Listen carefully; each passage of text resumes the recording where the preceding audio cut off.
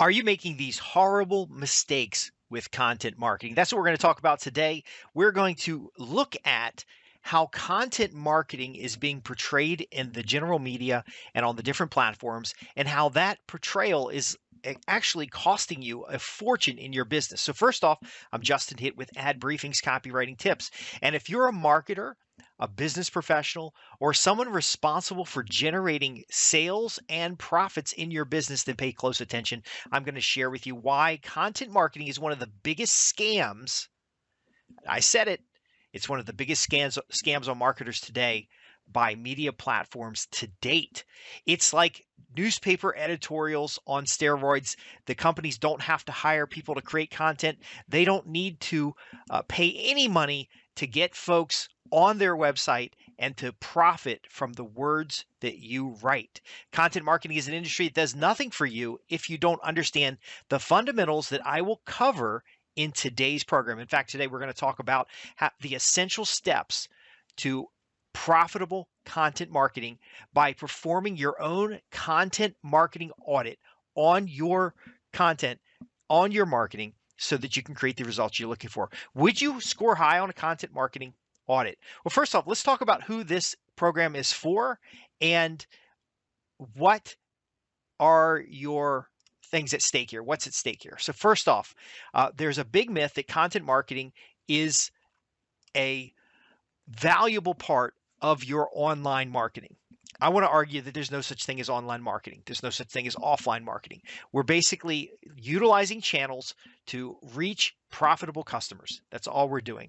And so if you are a $1 million plus contractor, agency, or services professional who wants to increase profits quickly, then pay close attention, stay on this entire program, get involved with what the exercises that we're going to cover, and let's make sure that you get these insights so that you stop wasting money on your marketing. If you're a vice president of sales or marketing and your compensation or performance depends on getting the very best from your marketing activities, then please don't get distracted by content marketing. Don't fall into the trap of content marketing where you're simply going to be chasing the next tools. And we'll talk a little bit about that in detail here. If you're a publisher with a high traffic website, and as a publisher, you only have a few income streams such as advertising, I'm going to show you how to add additional income streams by auditing the content that you produce. Now, as a publisher, you're going to create content every day, but what is it that your content is doing, and does it deliver on the promises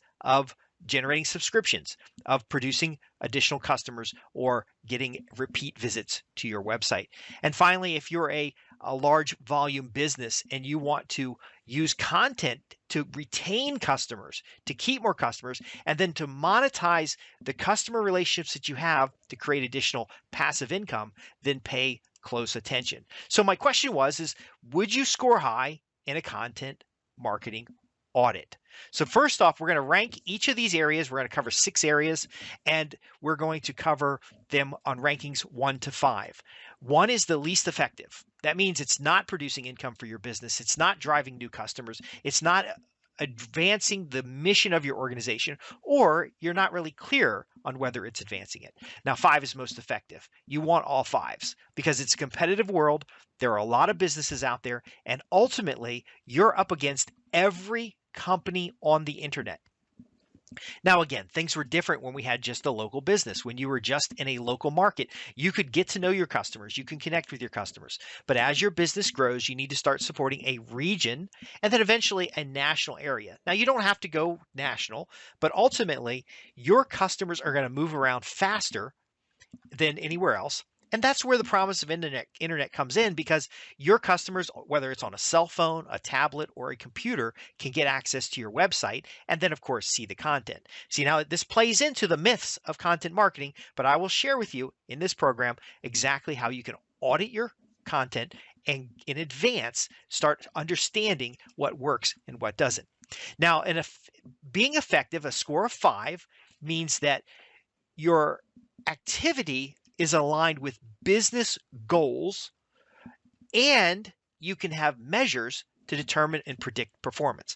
Now, I know a lot of you folks are saying, well, how do I predict if a marketing campaign is going to come out? Because very often if I think one campaign is going to work better than the other, it doesn't usually work that way. Well, predictive measures give us some means of analytics, some means of forecasting, at least by the averages, so that we can make an educated guess or test in the market.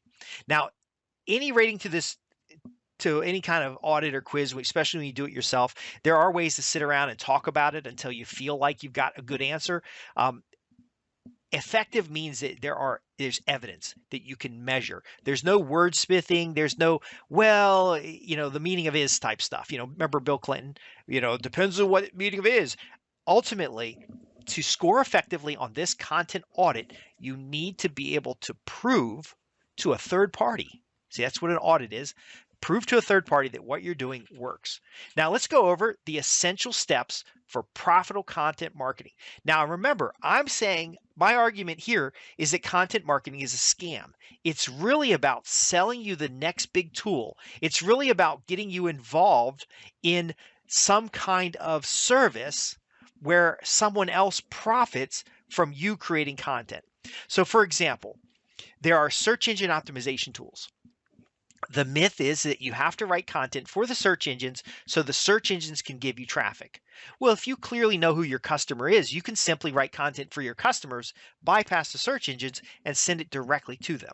Now, of course, if you don't know who your customer is, you would have an ineffective approach to the customer, and so therefore, how could you write good content?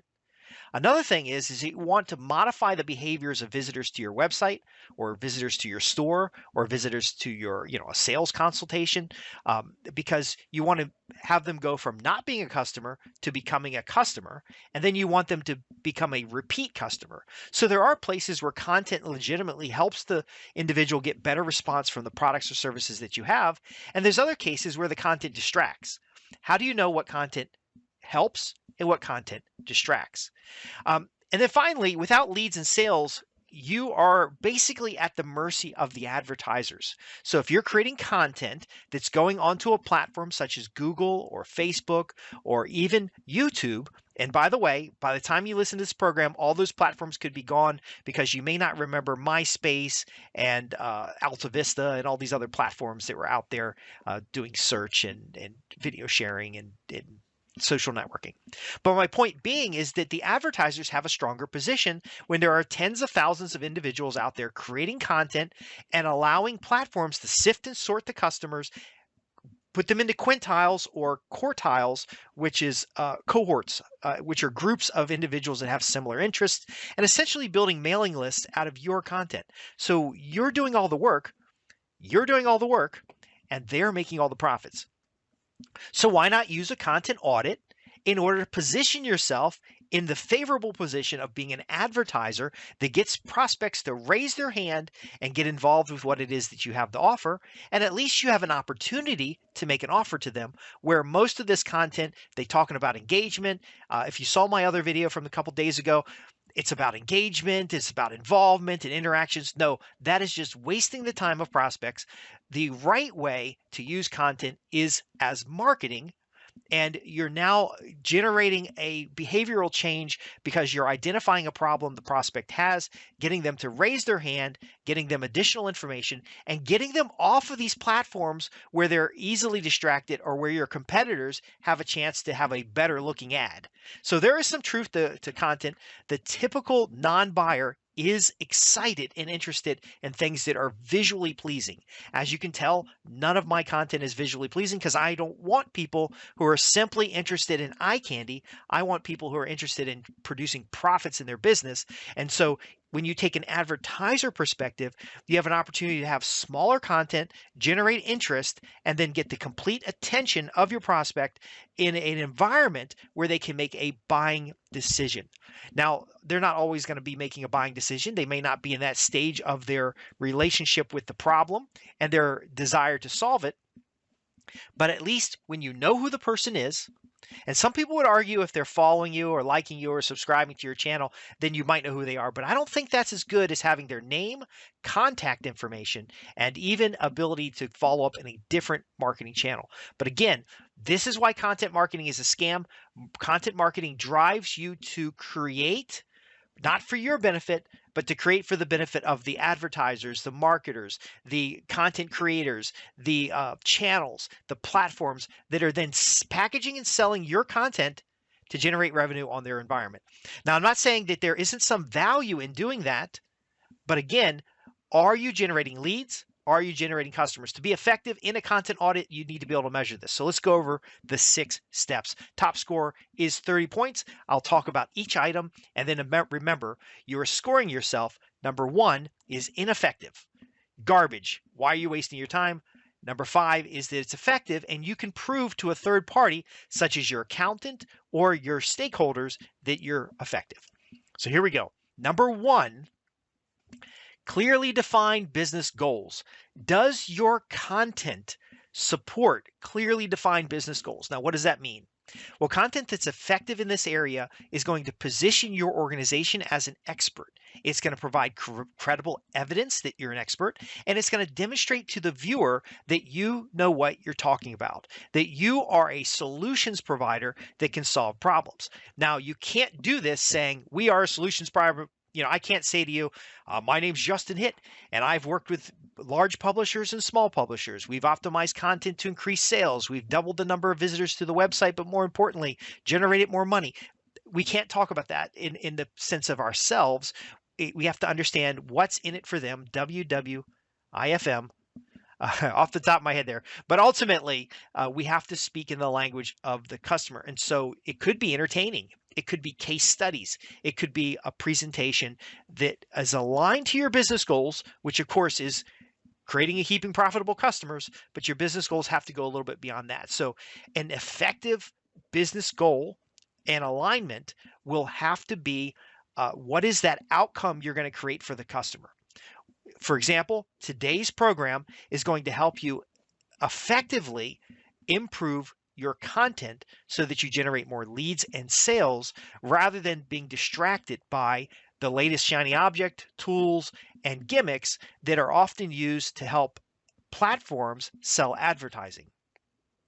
I know that's a mouthful, but that's effective because we can challenge those statements and we can measure those statements. Now, ineffective is you're creating content to gain exposure.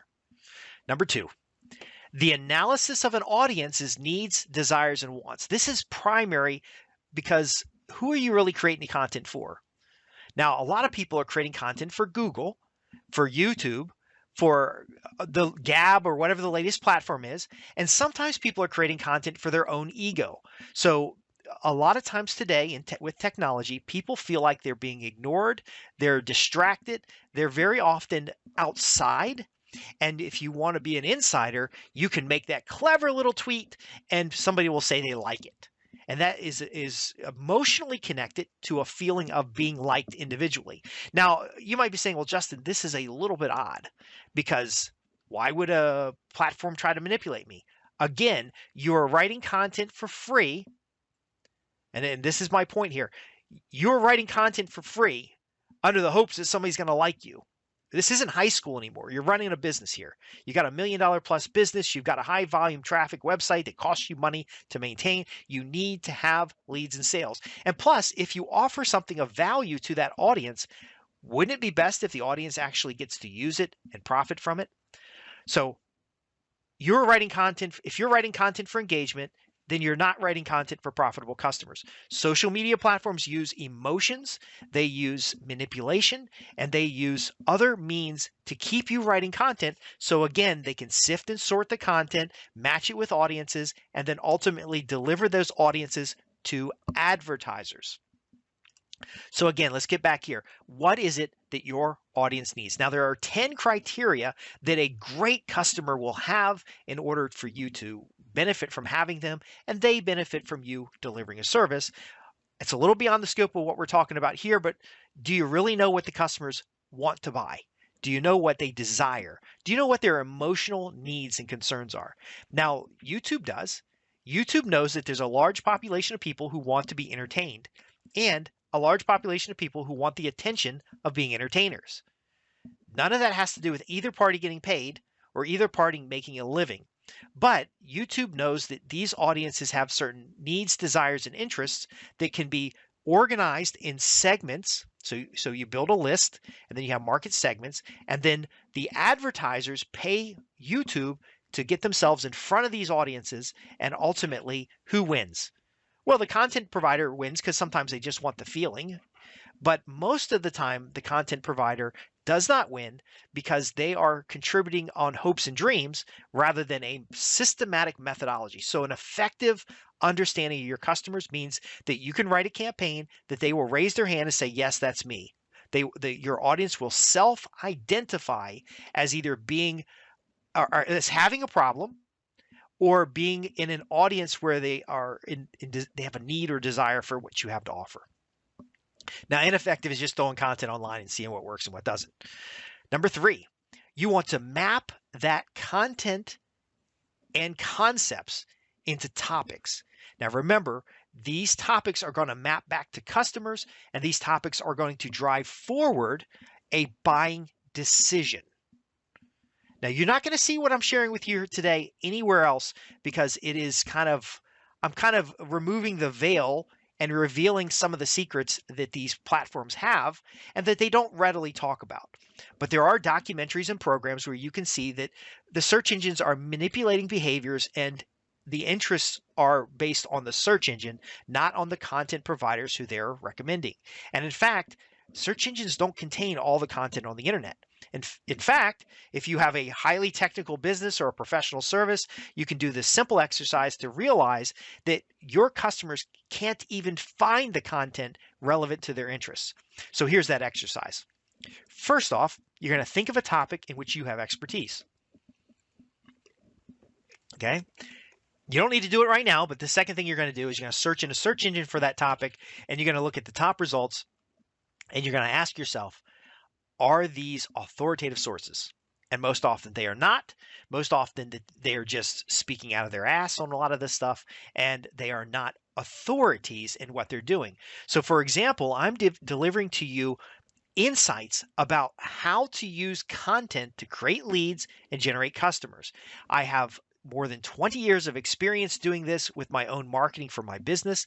I've seen the evolution of the .com. I've seen the evolution of these different platforms, and I fully understand and can measure the difference between content that works to generate leads and content that doesn't. And so that gives me an authority to be able to teach to you how to audit your content to know whether or not you're just writing as a literary exercise, or you're actually advancing the goals and objectives of your business. Now, I could give you specific examples. I could show you screenshots. I could have customer testimonials. Those are the things you need to have in your content in order to prove to the customer that there is something of value that you're delivering. But again, like I said in the beginning, the typical buyer of your products and services don't care or give a damn about you, who you are, or what you do until they know that you have a solution that can solve a problem for them. So really effective content that is focused on specific topics of concern. So let's say you're a forest mulching company and you want to help customers who have overgrown lots. So you don't want to forest mulch a giant forest. You don't want to undo the power lines, because if you wanted to forest mulch for a power line company, you just simply contact the people who own the power lines. You want to find homeowners who have overgrown lots, and you want them to contact you to hire you to clear their lot. So brush and debris and stuff like that. So you might simply have a sign on the side of the road that says overgrown lot, ? And then the details about your business. You don't need a 12-page special report. You don't need articles on your website. Now, all those things could be useful depending on your audience, but if you're searching for homeowners who own property and their property is overgrown and they want better access to their property, you only need a classified ad size presentation. Now, are those people online on social media? Yeah, they might be. But again, if you have a specific geographic region that you support, the topic is overgrown lots, and then you're presenting it in the context of their region, you're more likely to get a customer. You don't need a lot of content to do that. Now, content can help. You could have a YouTube channel that shows people how this system works. I've done a series of videos for around the topic of forestry mulching. And it helps people understand how much does it cost? What do you expect? How do you manage the project? How do you prepare for the project? How do you get the maximum results during the day? Those things are valuable. But again, if they're not in front of people who own property that is overgrown, then ultimately you're only doing half of the work necessary. So effective would be topics that are of value and meaning to the intended buyer. Ineffective would be content that's just like you're just making stuff up. You're like, oh, well, wouldn't this be interesting? Now, wouldn't this be interesting? Could be popular, but it's not, again, generating leads, producing sales. Number 4, establish controls to accurately measure. Now, I've mentioned that engagement is what most people sell when it comes to content marketing. They're pitching the excitement of someone paying attention to you. But is that a measurable value to, or is it even accurate to the outcomes that we're looking for, which is profitable customers? Of course, it's not. Accurate measures are, and I say controls, a control is a point in which the measure always happens. So if you've got web analytics on your website, there's ad blockers, there's all kinds of tools to keep people from being tracked. So if you have 1,000 impressions on your website, what does that really mean? Well, that just means there's been 1,000 refreshes on your site. That doesn't tell you anything about unique visitors, doesn't tell you anything about their demographics. And in fact, the tools that measure that stuff can be blocked. But if they raise their hand and say, I'm interested in more information about your products and services, that's difficult to block, because if they can't give you the contact details, they cannot receive the information they desire. So they'll provide their name, email address, postal address, whatever. And you know you've sent them a package. Okay, so that's a control. You can't bypass that. And if you do bypass it, it costs you money, because you would be sending packages to people who didn't want them. Does that make sense? Can you see how it's if you're measuring the number of leads you get, it's firm. You know how many leads you got. Now, if the system breaks, which is possible on the internet, then you could have people signing up and not getting information. But again, that's how we audit the controls to know whether or not that your opt-in forms are working, whether or not your free information resource kits are being sent, and if they are, how many. And another accurate measure is how many sales, because if someone buys something, they give you money. And when they give you money, you can count the money and you can count the number of sales, and these give you some measures. So again, if I asked you how many customers did you get from this piece of content, could you with confidence show me how many customers you got? If I asked you how many leads you got from a particular marketing campaign. And by the way, this content marketing audit works for auditing your marketing as well. But my point being is exposure, impressions, the number of likes, those aren't really real measures. There's shadow banning. There's all kinds of activities where content is filtered based on what the platform believes the visitor will most likely click an ad. And so you could be creating the best content in the world that nobody ever sees. Let's talk about number 5. It's not about quantity. It's about quality, and more important, about the performance of the content you create. The 5th audit element is to recycle content into marketing campaigns. So all the content you've created to this point, don't worry, we can help you make it more valuable. If you've been creating materials in the past, and like I've told a lot of clients, is you can't go back in time and take a video. So if you've met famous people, if you've done exciting things, if you've demonstrated a product or done a presentation in any environment, you want to record that material and make sure that you start building a library of content.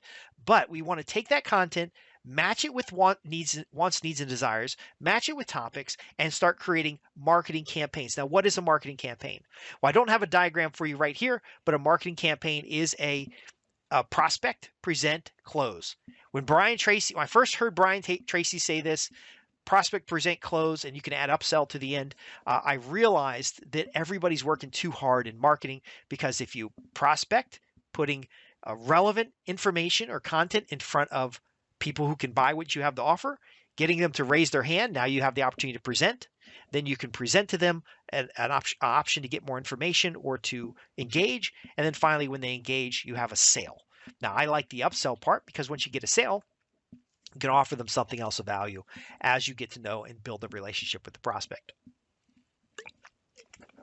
So you don't have to throw out what you've done, but the content marketing audit helps you transform what you've done into effective marketing campaigns that we can measure, that we can engage with, and actually find the opportunities for what's called cash surges.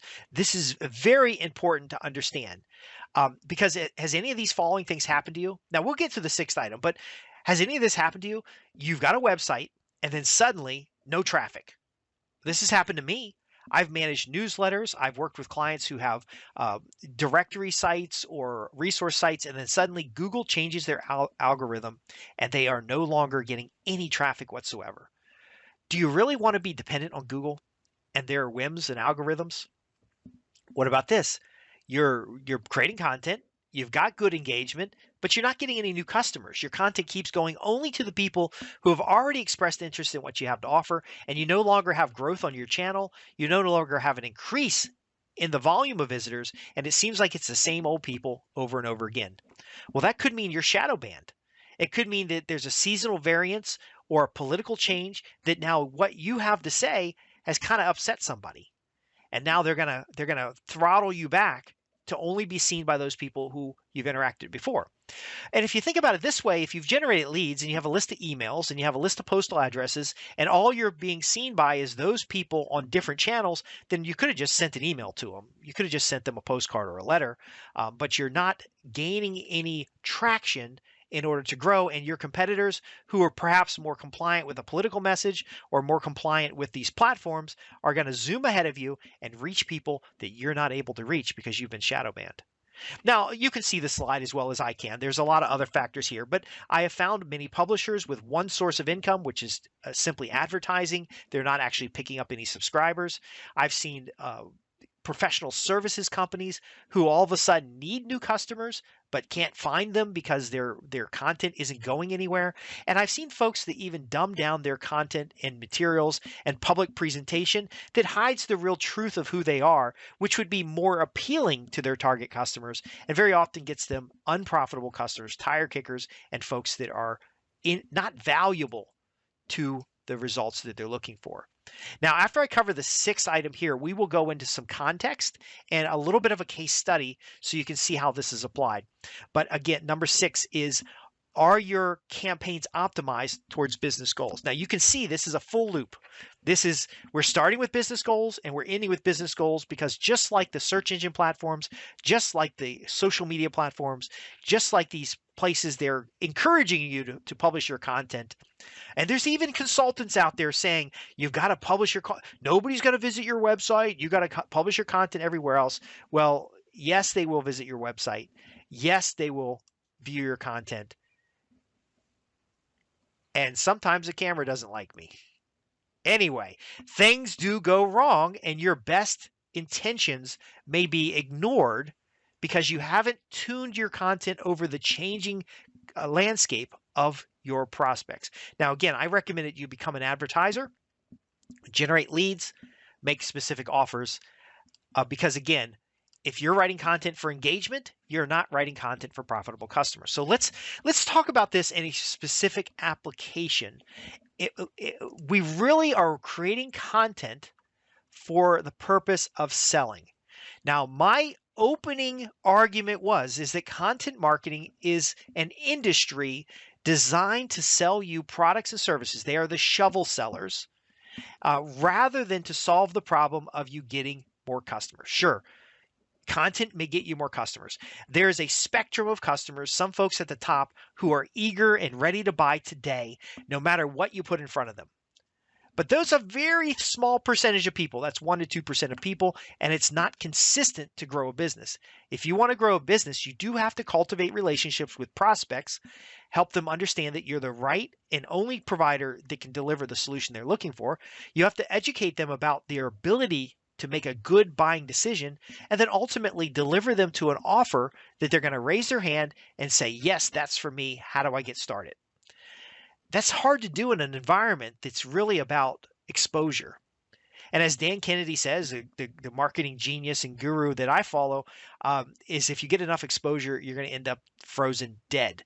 And that's what I believe. There's a lot of folks out there, and you might be involved, that you got a $10,000 or greater marketing budget, and you're spending the majority of it on content, on marketing campaigns, activities that are not producing sales. In fact, that $10,000 or even $100,000 marketing budget should be turning over every year. And again, if we're effective in the audit, we're going to know that we're turning over every dollar. And for every dollar we spend, we get so many dollars back. But that's hard to do if you believe the myths of content marketing. If you believe that if you write it, they will come.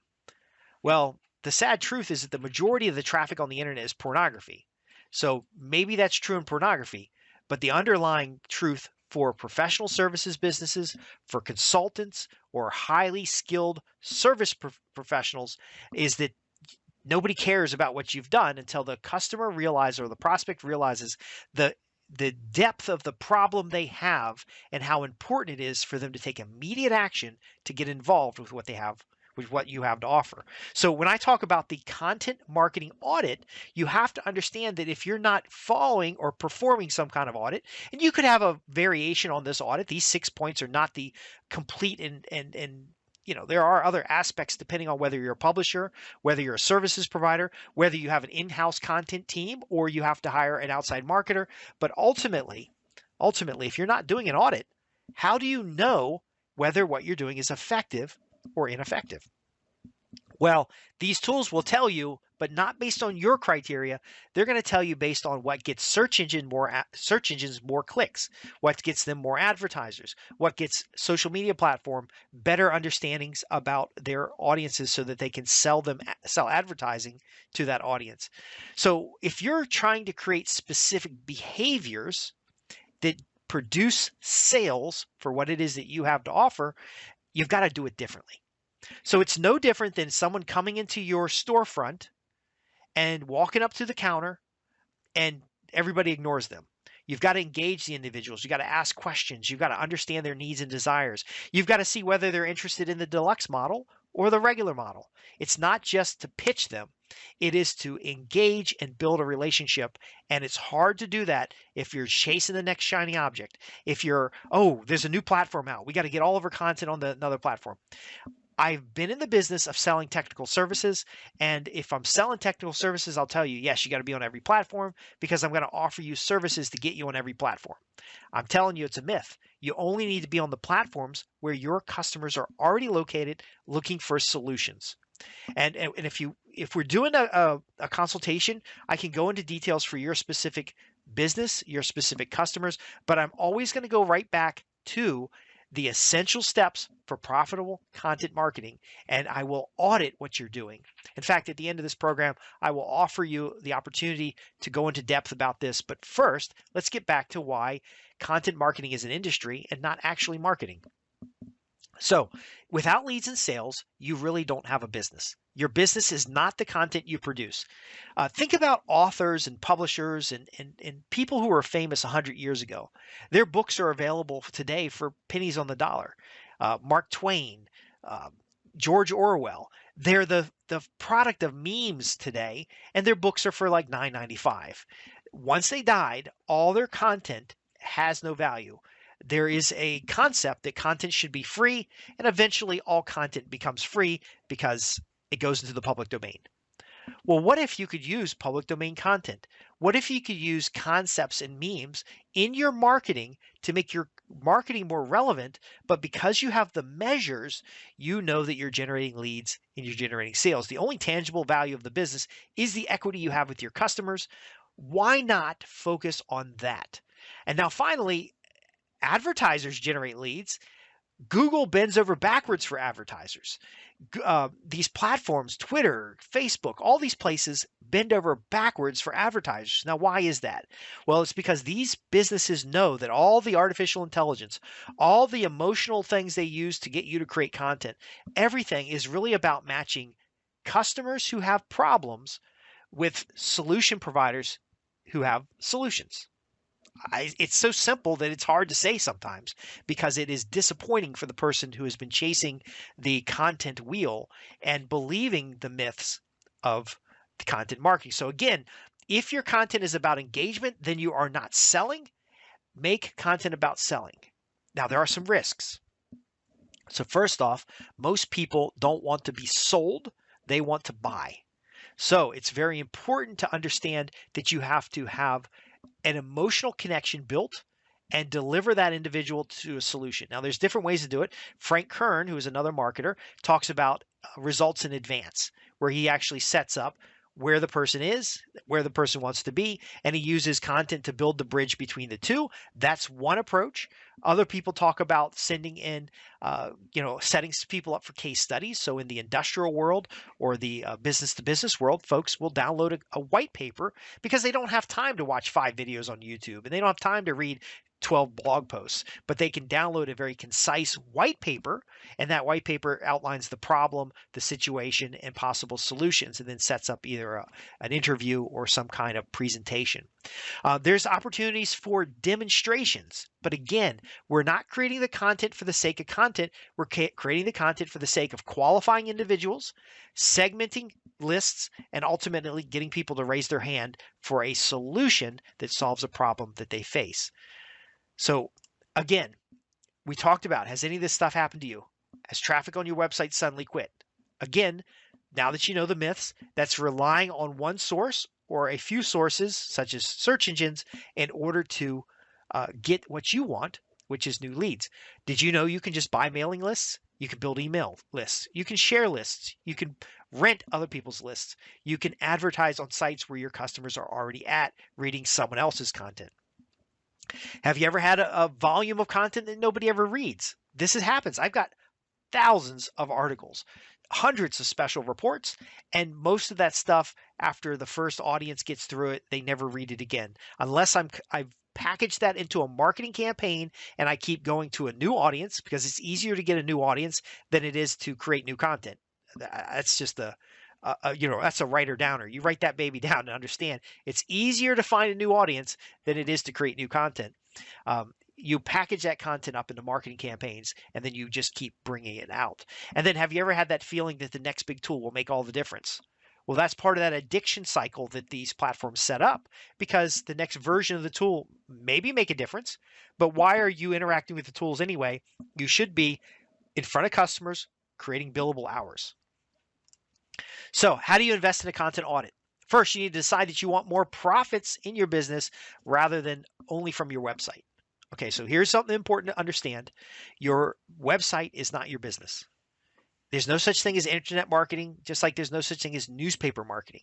There is sales and marketing, which is the psychological interactions with customers so that you can modify behavior and they will get involved with what it is that you have to offer because you're solving problems and delivering value. I know that's a mouthful, but that summarizes decades of experience when it comes to business sales and marketing, or finding affluent and high value customers and getting them involved with what it is that you have to offer. To invest in content marketing, you have to disconnect from specific media channels. Okay, so the channel is valuable in the context of a marketing campaign, but something you've written for online, it will work in postal mail as well. It'll work in email because it's writing and speaking to a specific behavior or a specific person.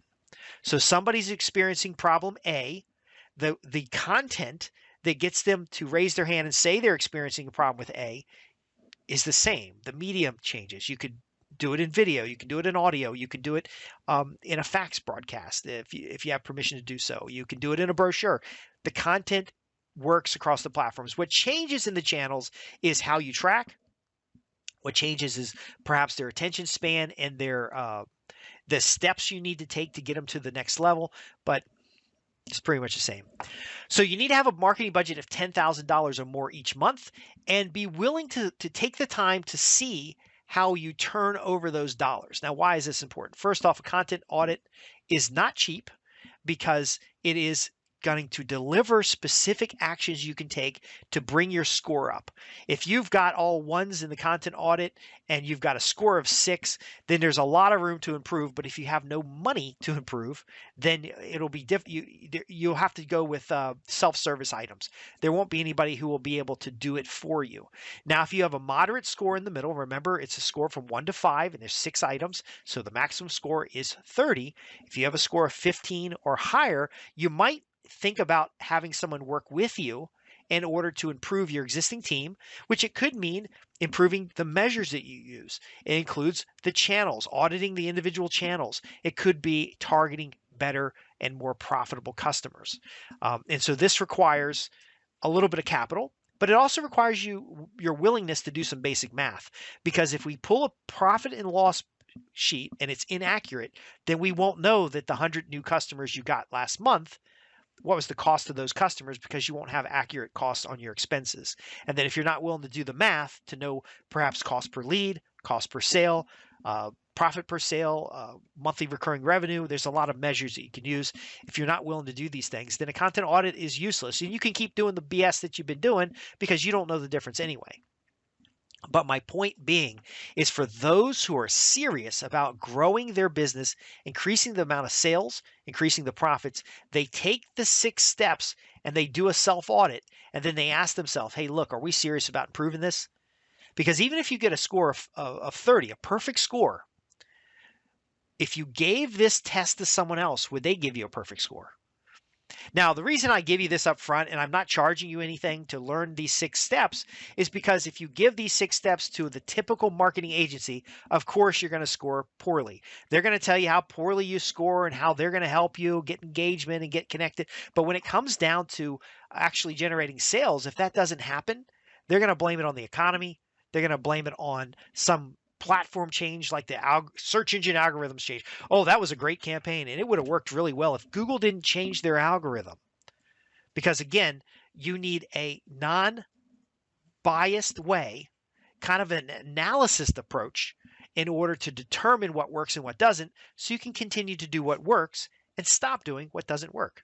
So let's get back here. If you're ready to invest in a content audit, I do have a way that you can work with myself, or you can work with somebody else. So it doesn't matter if you're going to call me or you're going to call somebody else, because I'm going to eat steak either way.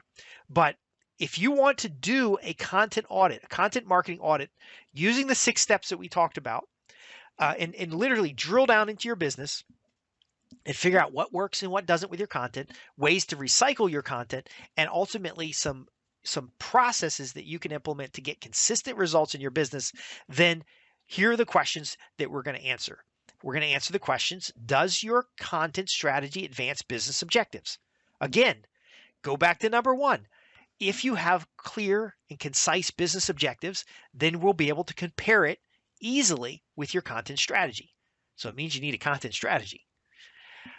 Is your marketing analytics set up correctly? So you could have a perfect strategy. You could have a perfect clarity on your business objectives. You could know clearly who your customers are, but your analytics is broken, so that you don't have the controls to know whether or not you're getting any results from the effort that you're putting out.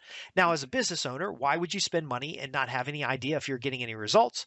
Well, it happens, so don't feel bad if it happens. It's not your fault. Again, you're up against Google, you're up against YouTube, you're up against Facebook, multi-billion-dollar companies, Twitter, for example, all vying to keep you enslaved in the content generation business so that they can package up what you have and offer it to advertisers who are doing marketing.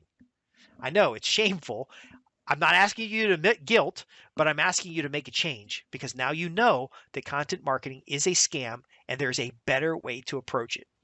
Finally, we're going to talk about which kinds of content work for your change of buying behavior. And the secret is, the type of content that works is advertising. It's a combination of database marketing and direct response in order for prospects to self-identify and come to you with their concerns about their problems, so that you can, with authority, help them towards a path that delivers a solution. Now, you have to actually be able to deliver a solution. And then finally, we'll talk about your editorial system, because whether you're developing content in-house or hiring an outsider, you need to have a system that creates meaningful and relevant content. I remember we talked earlier about there could be personality traits or experiences in your life that would really connect with the ideal type of buyer. Now, you have to be able to understand that not all customers are profitable.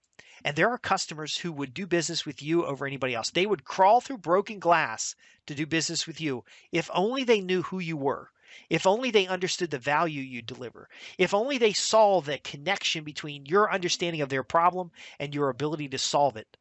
Again, you need an editorial system to do this if you're going to be creating any content. So whether you're writing sales letters, white papers, lead generation pieces, direct mail pieces, you're writing content for a blog, you're doing an interview series, all these things have value, not in the context of content marketing, which is the gimmick, but in the context of actual marketing campaigns with goals and objectives, methodology for approach and execution, means of measuring, and then dollars in the bank account.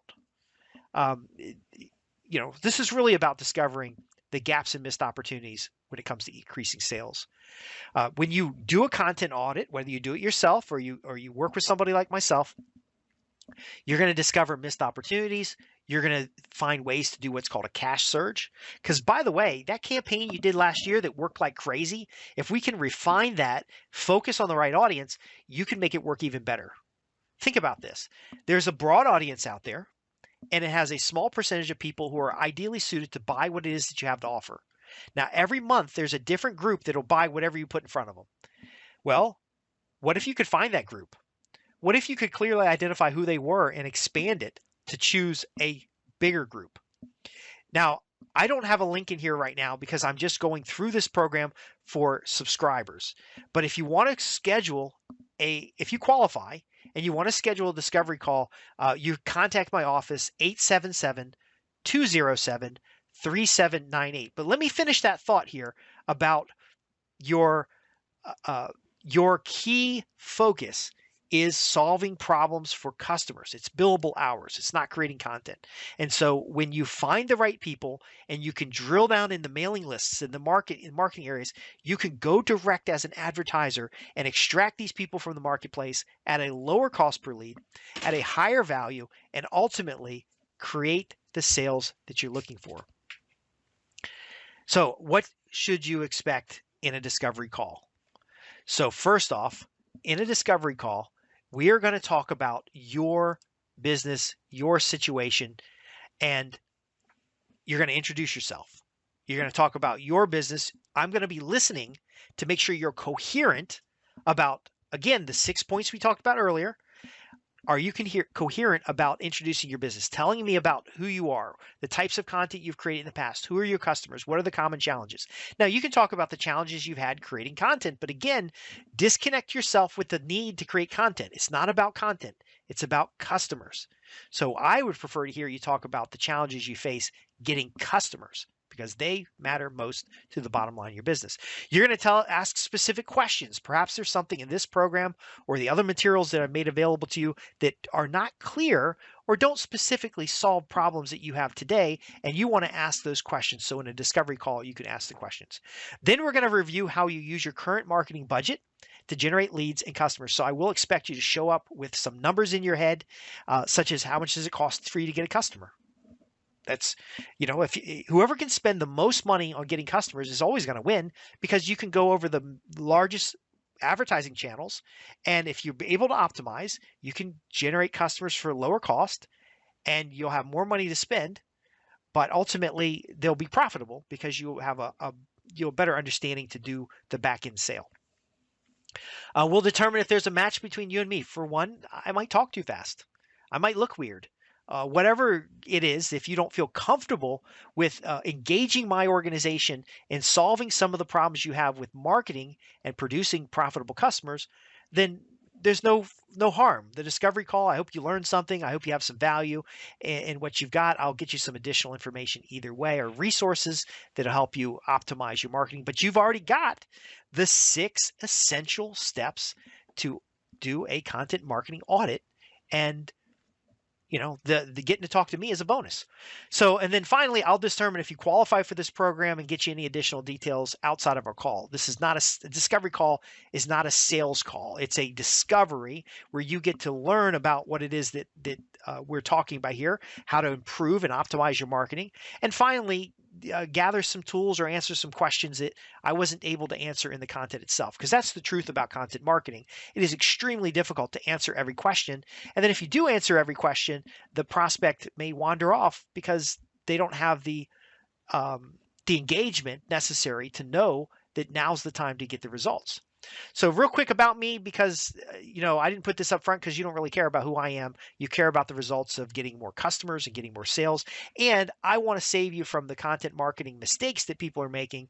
So where do I come from? Well, I've got more than 2 decades of experience in both business development and operational risk. So we've looked at how do we manage privacy.